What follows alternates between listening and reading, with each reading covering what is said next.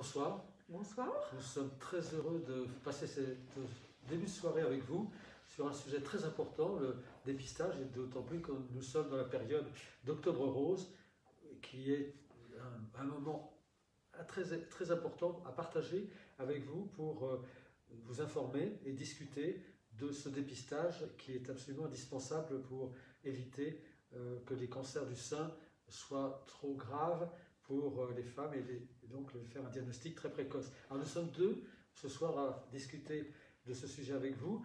Donc je suis Hervé Gauthier, président du comité 91 de la Ligue contre le cancer et oncologue, donc j'ai soigné beaucoup de cancers du sein, des centaines, donc une expérience importante qui me permet de vous donner quelques remarques et quelques indications sur cette pathologie. Et puis je suis accompagné par Marie-Diane. Oui, une bénéficiaire donc du dépistage et qui, grâce à ce dépistage, a découvert qu'elle avait un cancer et qui a pu ainsi être soignée à temps.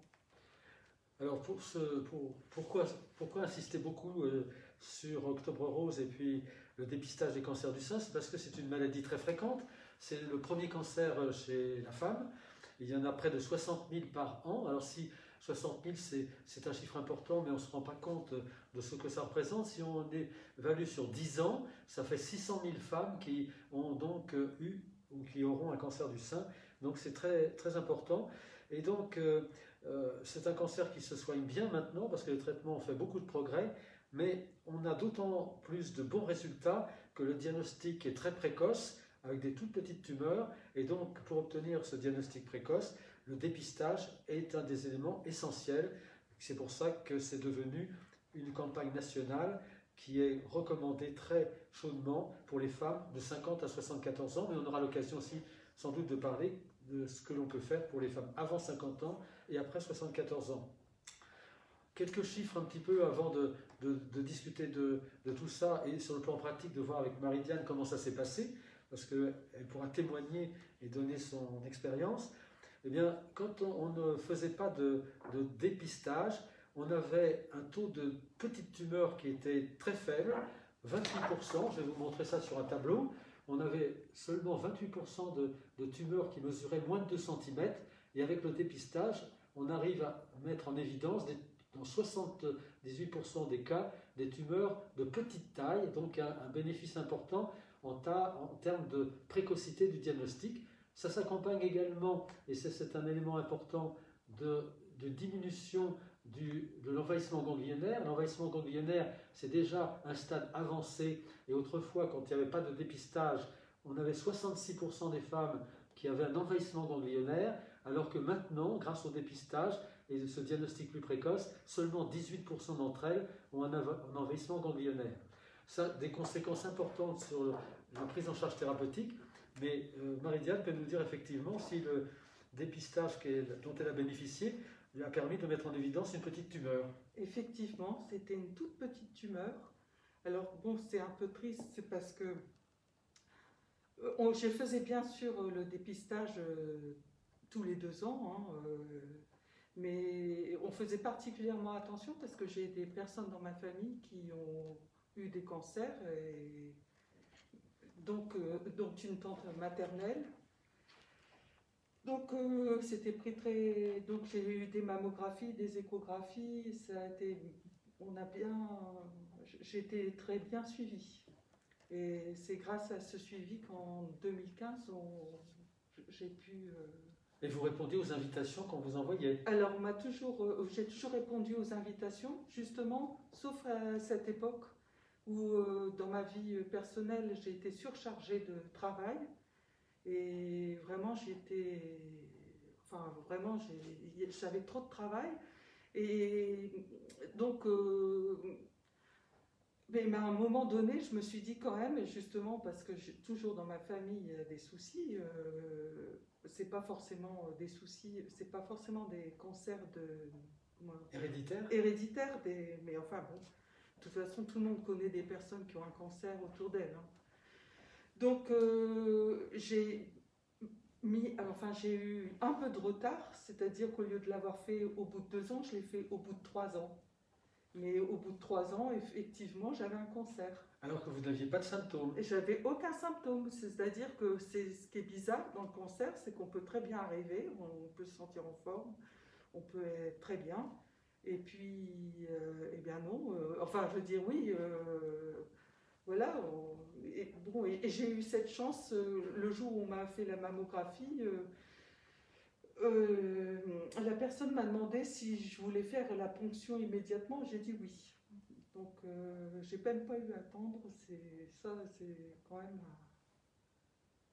Oui, c'est un diagnostic Oui, oui. dans la journée. Dans la journée. Et alors, ce qui est important à signaler, c'est effectivement le dépistage ne s'adresse qu'aux femmes qui n'ont aucun symptôme, c'est-à-dire qui ne ressentent pas de douleur, qui n'ont pas de problème au niveau du mamelon et qui ne sentent pas de nodules dans le sein. Parce que s'il existait des symptômes, ça ne serait plus du dépistage, ça serait du diagnostic.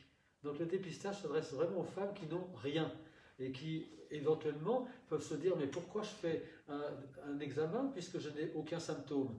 Mais le dépistage, c'est justement ça, c'est repérer la maladie avant qu'elle s'exprime, donc à un stade très limité. Et comme vous l'avez vu dans les chiffres, on a des toutes petites tumeurs sans envahissement ganglionnaire et on verra l'incidence que ça a après sur le traitement et sur le pronostic. Et justement, je vais vous montrer l'impact sur le pronostic, donc c'est-à-dire l'espérance de vie à 5 ans et à 10 ans avant la période où on faisait du dépistage, et maintenant, depuis qu'on fait le dépistage, ben vous voyez que avant le dépistage, l'espérance de vie à 5 ans était de 66% et à 10 ans de 49% pour les femmes dont un diagnostic avait été effectué sans dépistage. Et depuis qu'on a le dépistage, on a augmenté évidemment les chances de guérison. Pour les toutes petites tumeurs qui mesurent moins de 2 cm et qui n'ont pas d'envahissement ganglionnaire, c'est 90% de guérison probable. Et quand on prend l'ensemble des cancers, quelle que soit leur taille, mais qui ont bénéficié d'un dépistage, eh bien, on a augmenté le taux de guérison, vous voyez, à 5 ans à 87% et à 10 ans à 78%. Donc, non seulement on fait des diagnostics de petites tumeurs, mais on augmente l'espérance de vie avec donc des résultats très favorables en termes de rémission et de guérison. Je pense que pour vous, Marie-Diane, oui. Votre cancer date de 5 ans maintenant. Oui. Et qu'est-ce que vous avez eu comme traitement pour cette maladie diagnostiquée très tôt grâce au dépistage? Eh bien, on m'a fait une tumérectomie, enfin on m'a enlevé donc la partie lésée, et puis on a enlevé les ganglions sentinelles. Et après, une cicatrisation quand même. On fait de la radiothérapie, donc j'ai eu 33 séances de radiothérapie. Et ça a été terminé, c'est le seul traitement que j'ai eu. J'ai pas eu d'hormonothérapie, je n'ai pas eu de chimiothérapie, donc je n'ai pas eu de complications par rapport à ces traitements qui sont quand même plus lourds. Oui. D'où le deuxième intérêt du dépistage, c'est qu'en fait, quand on fait un diagnostic de maladie très limitée, petite tumeur, sans ganglion envahi, eh bien on peut se contenter d'un traitement local. Et donc Marie-Diane parle de tumorectomie, c'est-à-dire qu'on a enlevé la tumeur, mais on n'a pas enlevé le sein, on fait une préservation du sein. Et quand Marie-Diane parle aussi de ganglions sentinelles, ce sont les 2 ganglions qui sont à côté de la tumeur. On ne fait pas ce grand curage axillaire qu'on faisait autrefois, qui entraînait des gros bras ou des complications importantes. Donc, vous voyez, le deuxième intérêt est aussi essentiel, c'est-à-dire qu'en général, les traitements locaux sont beaucoup plus légers, avec préservation, moins de complications, et dans beaucoup de cas, on évite la chimiothérapie, qui est quand même aussi un traitement lourd, qui est réservé aux maladies où l'extension est importante ou aux maladies très agressives. Et puis on évite aussi, j'allais dire, plus on attend, il faut quand même, parce qu'un jour justement j'avais dit, oh mais j'ai eu un petit cancer, et mon oncologue m'a dit, il n'y a pas de petit cancer, parce que dès qu'on a un cancer, en fait, les cellules cancéreuses migrent, et donc elles peuvent envahir, j'allais dire, notre corps, et aller vers des endroits où justement on n'a pas de traitement aussi efficace. Et là, bon, Ça, c'est vraiment important de le dire et de le répéter. C'est pour ça que bon, moi je suis très contente quand même oui, d'avoir été, j'allais dire, prévenue. Oui. Mm. Donc Oui. le dépistage, oui, 5 ans après votre dépistage, donc vous n'avez pas de séquelles? Non, j'ai pas de séquelles parce que, par exemple, on a un petit peu, comment dire, le bras engourdi au Oui. départ, Oui. mais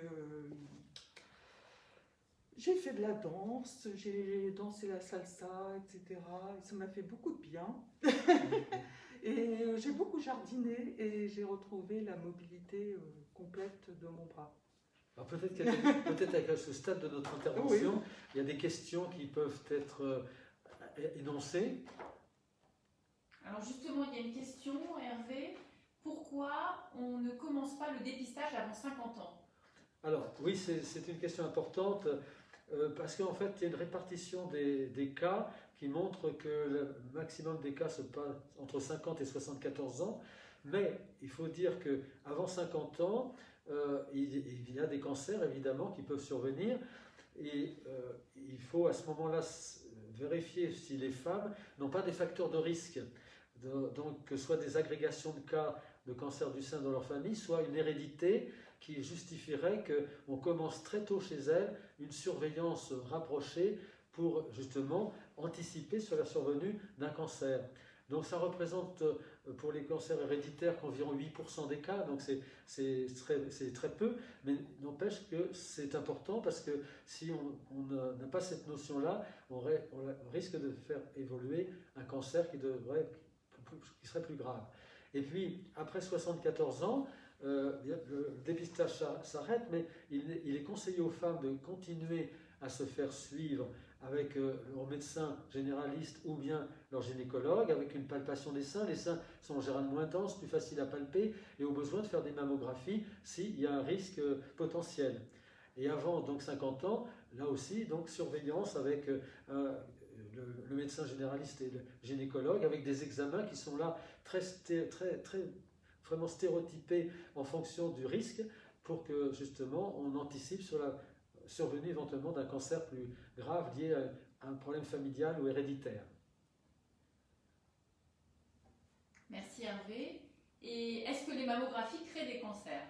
Non, les mammographies, on est très vigilant sur ce point-là. Il y a une amélioration dans les techniques qui sont effectuées depuis longtemps. On est passé des mammographies anciennes qu'on appelait analogiques à des mammographies numériques. On a moins d'exposition donc au rayonnement, mais bien sûr, il faut tenir compte de ça. Et actuellement, il y a un essai qui est en cours pour essayer de voir si on ne peut pas moduler la prescription de mammographie en fonction des risques individuels de chaque personne, parce que pour l'instant, on a une stratégie de santé publique où toutes les femmes entrent dans un même modèle. L'essai qui est en cours, c'est de voir en fonction des facteurs de risque présentés par chaque femme, si on pourrait simplement proposer à celles qui ont plus de risques la mammographie telle qu'elle est faite actuellement tous les 2 ans, et pour celles qui ont moins de risques, une mammographie tous les 4 ans. Donc ça va évoluer dans le temps, mais actuellement, dans le contexte actuel, sur des mammographies entre 50 et 74 ans, il n'y a pas de risque majeur lié à cet examen. Je sais que pour ma part, donc je suis suivie régulièrement par un gynécologue. Je fais une visite annuelle. Donc à chaque fois, il y a une palpation des seins. Et bien qu'il y ait une palpation des seins, comme justement, on n'a rien détecté à la palpation. Donc c'est bien la mammographie qui m'a permis justement d'anticiper, j'allais dire, une catastrophe. Oui. Là, on est dans la période de dépistage. Effectivement, lorsqu'on ne perçoit rien à l'examen, en particulier par la palpation, s'il n'y a rien, et qu'on est dans cette tranche de 50 à 74 ans, c'est la mammographie qui, elle, va pouvoir déceler quelque chose de très petit, et donc d'avancer la date du diagnostic. Voilà. Alors il faut dire qu'on peut avoir des résultats qui ne sont pas satisfaisants. Il n'y a aucun examen en médecine qui donne 100% de résultats. Donc c'est pour ça qu'il y a dans le dépistage qui est proposé aux femmes sur invitation, une deuxième lecture qui est faite par un autre radiologue afin de minimiser les sous-estimations de diagnostic ou les surestimations de diagnostic. Donc il y a une deuxième lecture, et puis si la deuxième lecture n'est pas convaincante parce qu'il y a quelque chose qui discorde entre le premier lecteur et le deuxième lecteur, on peut demander un troisième avis si c'est nécessaire. Donc il y a un encadrement qui permet de limiter les problèmes qui peuvent survenir devant tout examen. Alors j'ai deux autres questions, donc une qui s'adresse à Marie-Diane, savoir si le dépistage de mammographie fait mal. Oh non, pas du tout. Enfin, c'est pas spécialement agréable, mais parce qu'on vous écrase le sein entre deux plaques, mais c'est tout. Je veux dire, c'est peut-être pas, c'est pas agréable, c'est simplement ça. Et merci. Et une autre question. Quels sont les derniers chiffres connus en termes de suivi du dépistage organisé en Essonne et en France? Alors actuellement, en France, la participation, avant cette année qui est très particulière à cause de la Covid, c'était une participation pour le dépistage organisé de l'ordre de 53%. Et si on ajoute le dépistage qui est fait spontanément en dehors du dépistage organisé, on doit arriver à peu près à 70% de mammographie effectuée pour les femmes de 50 à 74 ans. C'est à peu près le chiffre qu'on rencontre au niveau national avec des variations d'un département à l'autre, des départements où c'est beaucoup plus fréquenté par les femmes au niveau du dépistage et d'autres où c'est un peu moins fréquenté. La moyenne est de cet ordre-là, c'est-à-dire qu'il y a à peu près 30% des femmes qui échappent encore au dépistage et donc il y a un effort à faire pour que l'ensemble des femmes puissent en bénéficier.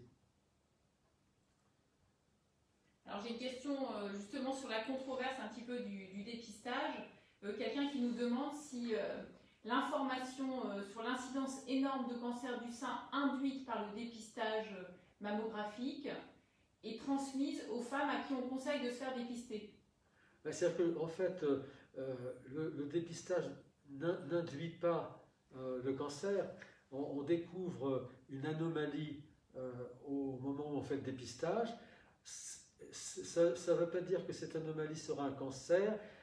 On peut trouver aussi des lésions qui sont non spécifiques. On classe les images avec une catégorie qui s'appelle ACR entre 1 et 5. Lorsque c'est 5, c'est un cancer. Lorsque c'est 1 et 2, probablement que ce n'est pas un cancer. Lorsque c'est 3, c'est douteux. On peut compléter les examens par une échographie.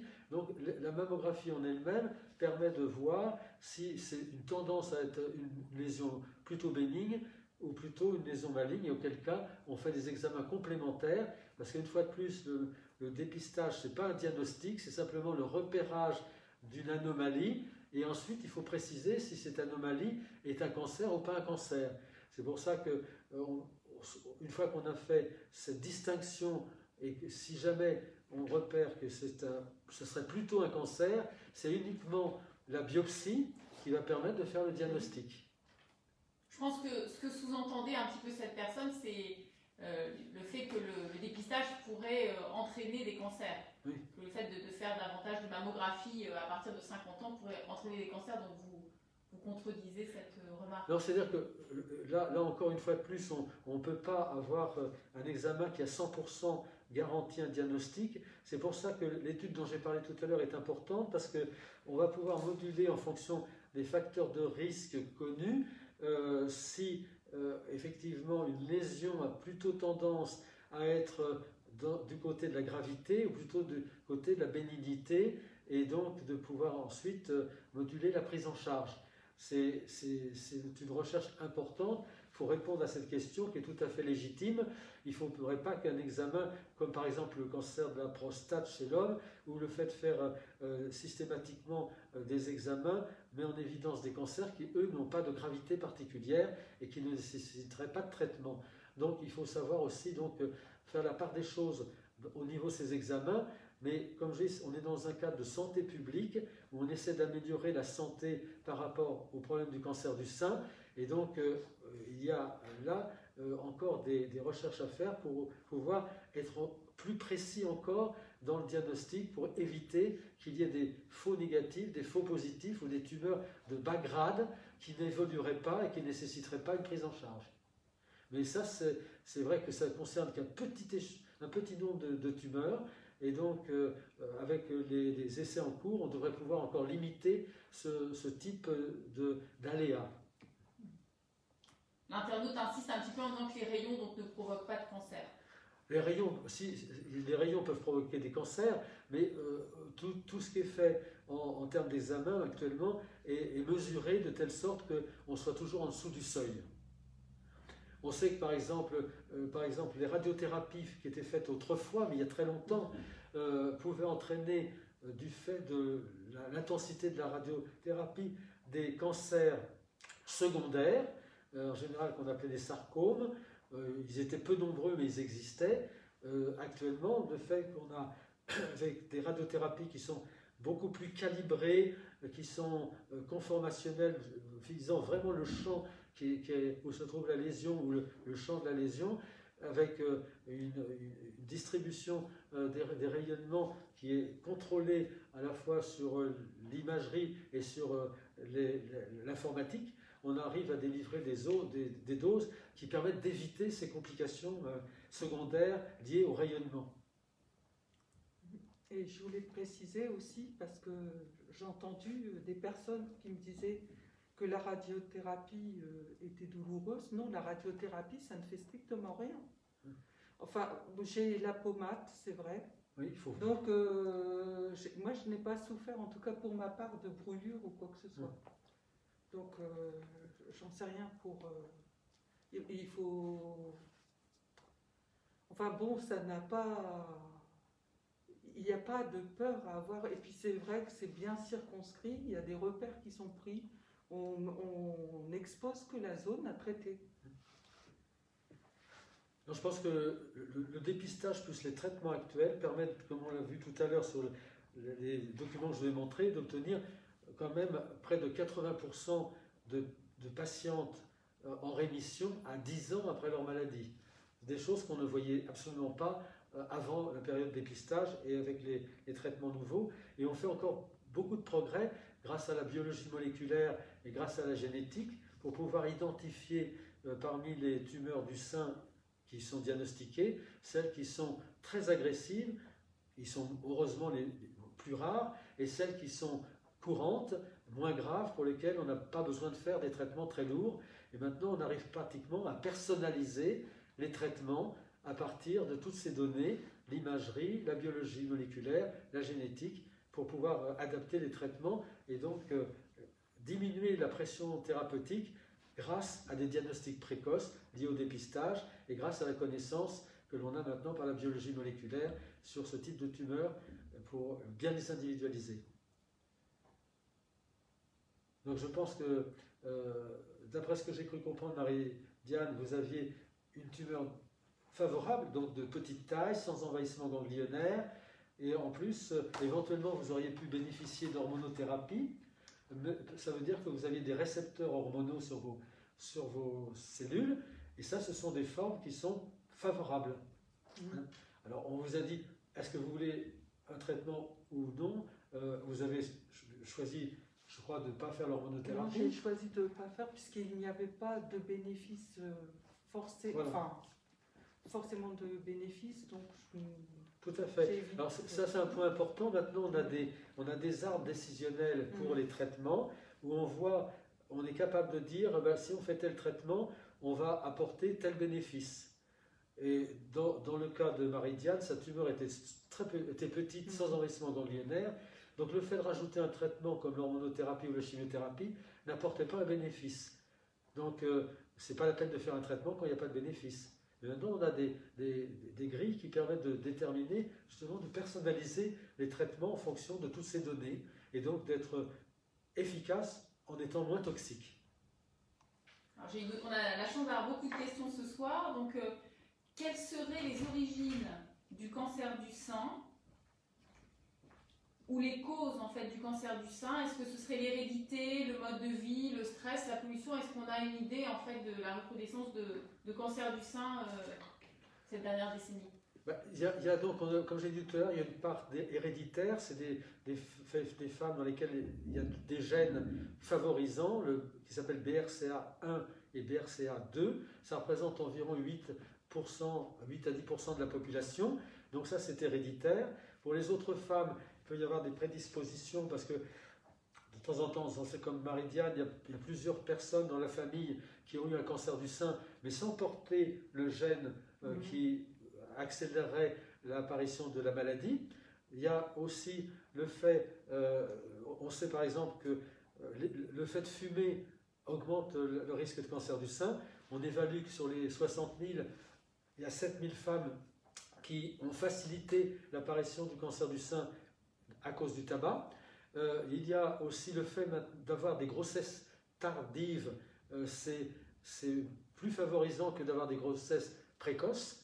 Je pensais que c'était l'inverse. Effectivement, j'ai eu des grossesses tardives. Les grossesses tardives, il y a une moindre protection et donc le risque de cancer est plus important.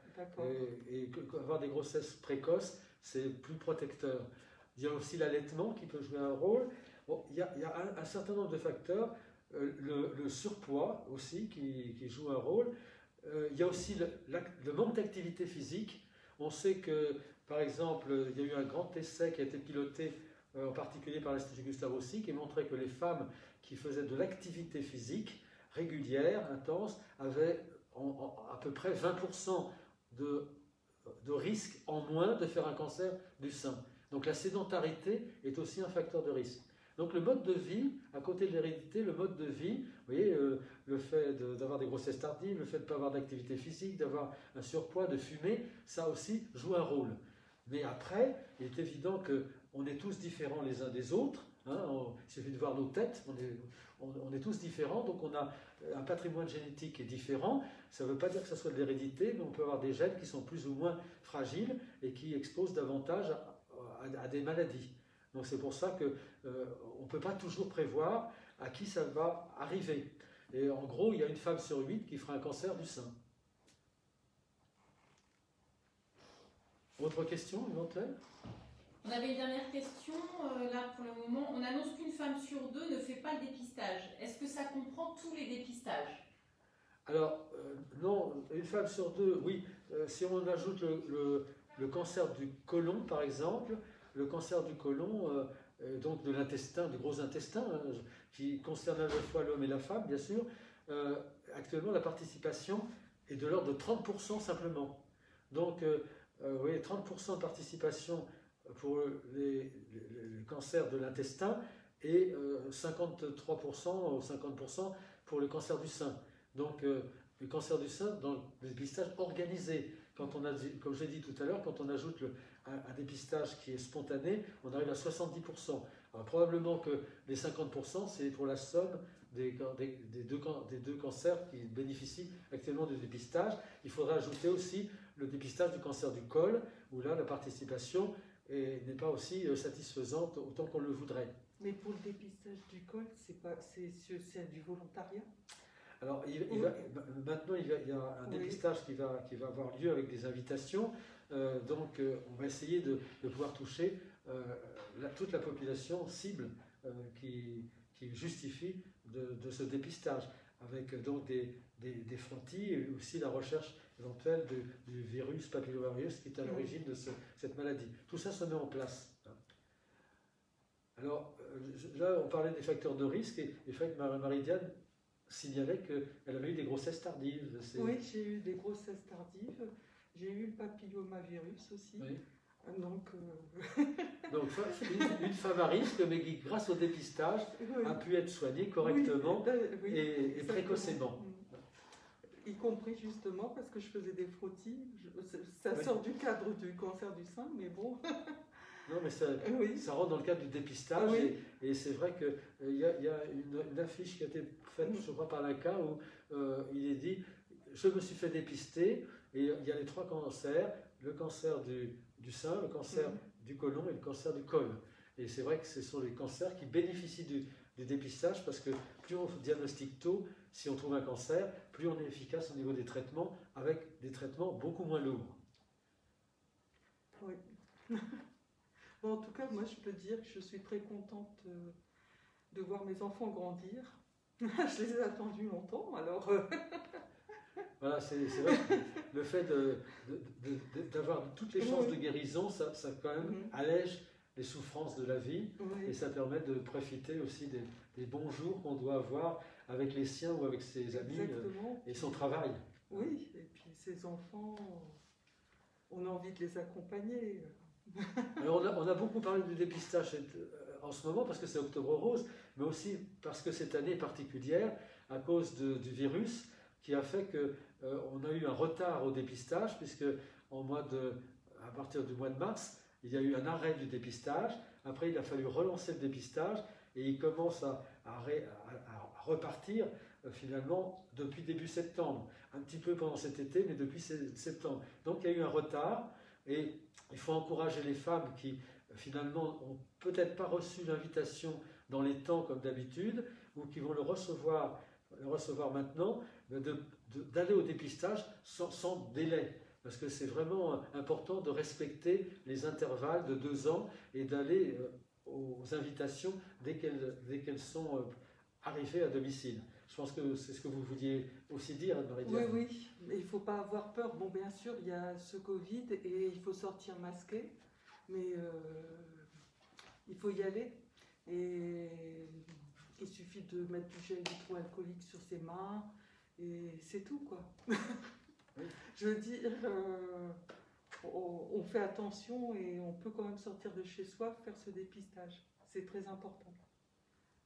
Il n'y a personne qui... Oui. On est tous des êtres biologiques et voilà, ça peut arriver à tout le monde. Ça n'arrive pas qu'aux autres. Oui, ça n'arrive pas qu'aux autres et donc on souhaite que chacun puisse avoir, chacune, puisque c'est pour les femmes cette fois-ci, que chacune puisse justement bénéficier du dépistage pour si jamais il y a la maladie, eh bien elle soit guérie. Hein, et il ne faut pas avoir peur du dépistage en disant oh là là, on va me trouver quelque chose. Soit on ne trouve rien et c'est magnifique, soit on trouve quelque chose et c'est guérissable. Oui. Donc dans les deux cas, on est gagnant. Hein, donc on vous invite à y aller sans arrière-pensée, même s'il faut un petit peu d'accompagnement, on sera là pour vous aider. La Ligue contre le cancer et en particulier dans le 91, le comité, autour et avec vous, toutes les personnes qui peuvent vous accompagner pour aller vers ce dépistage. Ouais.